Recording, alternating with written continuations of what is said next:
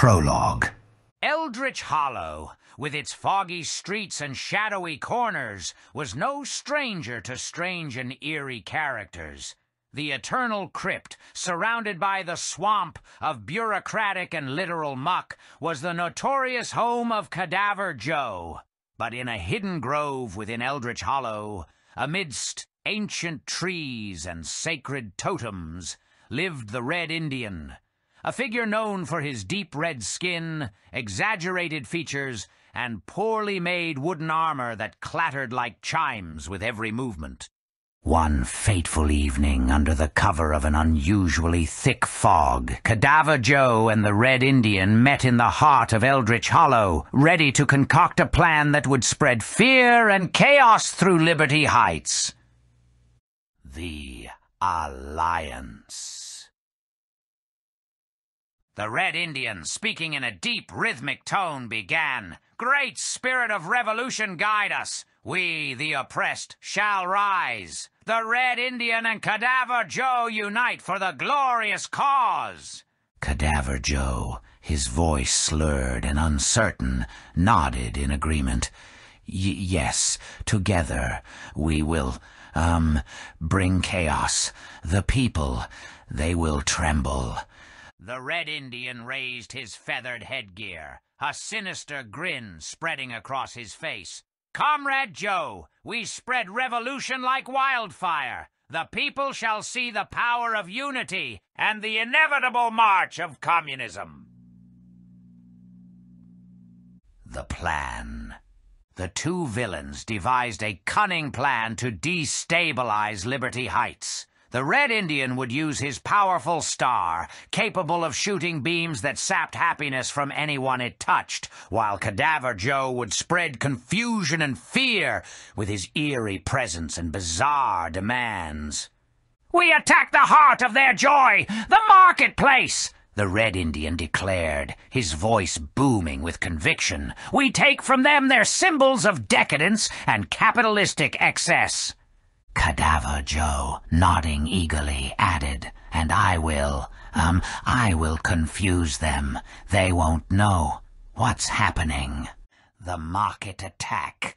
At dawn, the marketplace of Liberty Heights was bustling with activity. Vendors shouted their wares, children laughed, and the smell of freshly baked goods filled the air. But as the sun reached its peak, a chilling fog descended, and the marketplace fell silent. From the mist emerged the Red Indian, his wooden armor clattering, and Cadaver Joe, his skeletal form looming. The Red Indian raised his star, shooting beams of despair into the crowd. "Your happiness is an illusion. Embrace the struggle. Embrace the revolution." Cadaver Joe, staggering through the market, reached out to a terrified vendor. I want to, sniff your hair! Bleh!" His words, slurred and disjointed, only added to the growing panic.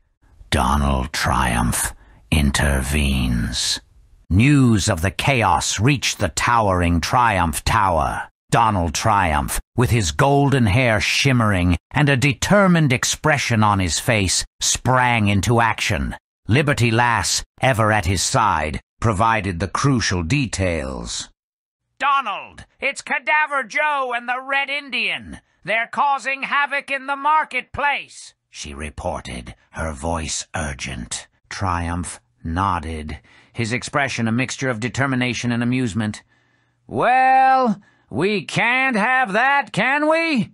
Time to show these villains what Liberty Heights is all about." He made a broad, sweeping gesture, his fingers forming an OK sign. "The showdown." Donald Triumph, with Liberty Lass by his side, marched confidently into the foggy marketplace. The crowd parted, eyes filled with hope and desperation. "Red Indian, Cadaver Joe, your reign of terror ends now." Triumph's voice boomed across the square, his hands gesturing emphatically. The Red Indian turned, his eyes burning with revolutionary fervor. You think you can stop the march of progress, pale face? The people will rise. Cadaver Joe, his skeletal fingers twitching, added, Yes, the people, they will, follow us. Triumph inhaled sharply, gritting his teeth. Not today, Red Indian, not in my city. He pointed at the duo, his hand chopping the air. Liberty Lass, activate the reality check. Liberty Lass nodded, her device casting a bright light that revealed the invisible strings controlling Cadaver Joe and the shoddy construction of the Red Indian's armor. Triumphant victory. The light weakened Cadaver Joe, his movements growing sluggish. The Red Indian, momentarily blinded, staggered back. Triumph seized the opportunity, delivering a powerful speech. In Liberty Heights, we cherish our freedoms, our choices, and our joy. You represent everything that binds us: fear, control, and oppression. Today, we stand united. With a final dramatic pose, Triumph struck Cadaver Joe with a burst of light, disintegrating his skeletal form into dust. The Red Indian, overwhelmed by the crowd's cheers and the return of their happiness, retreated into the shadows, his revolution thwarted.